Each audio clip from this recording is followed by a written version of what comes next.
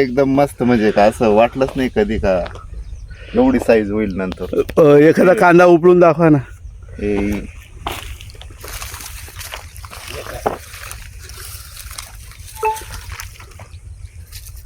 म्हणजे day fresh याला किती वेळा झालं एकदाच गेलेलं आहे खालून? एकरी 70 ml मोठी पॅकिंग पाण्यातून, पाण्यातून. आणि त्याच्यामुळे फुगवण चांगली झाली पण एकदम मस्त झाली.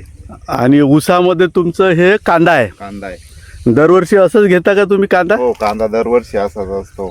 आणि सुंदर कांदा बनलेला आहे. एक नंबर. डे फ्रेश वापरायला पाहिजे कांद्याला, नक्की. फुगवणीला?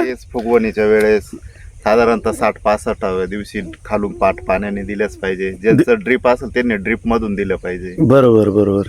आणि अपटेक चांगलं होतं. अपटेक चांगलं होतं आणि कांद्या युनिफॉर्म बनतो. हो, एकसारखा कांदा कलर बनतो. size. कलर पण चांगला येतो. आणि आपण तर आता कडाचाच उपटलाय. हा हा हा. आणि किती एकरचा कांदा आहे तुमचा आता?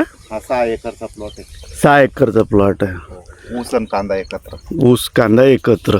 आणि याच्यामध्ये नंतर कांदा निघाल्यावर तुम्हाला उखरी टाईप होते हो.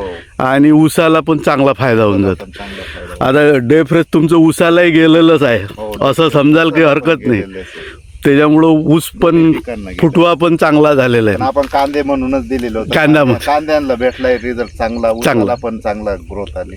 चाल चाल चाल. धन्यवाद कांबळे साहेब.